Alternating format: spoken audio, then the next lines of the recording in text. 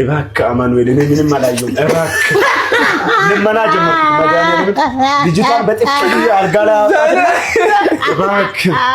እባክህ ትናንት በማታውቀው አንተ በማታውቀው እነሱ በተጣሉ አንተ አመር ልገባ አንተ እግዚአብሔር እኔ በህይወቴ እንደዚህ ፈርቻለሁ። 10ኛ ማርሽ አድርጎ ስማ ያየሁት እኮ ነው። ስፒዱ 120 ደረሰ። እንደዚህ ያየሁ መኪናው እንኳን እሱ ማንም ያቆም አይመስልም።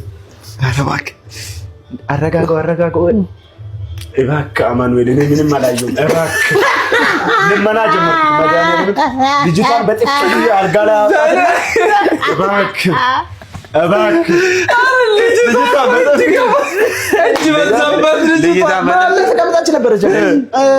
ደግሞ መኪናው ምን ሰፊ ነው፣ ከፍ ያለ አይደለም፣ ሰፊ አልጋ እና ምን አካል ይስዋል በጥፍ ብዬ አልጋ ላይ ያወጣሁት። መድኃኒዓለም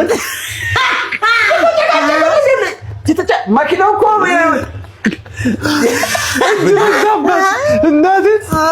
እኔ እስካሁን ቆያለሁ ይሁን አላሰብኩም።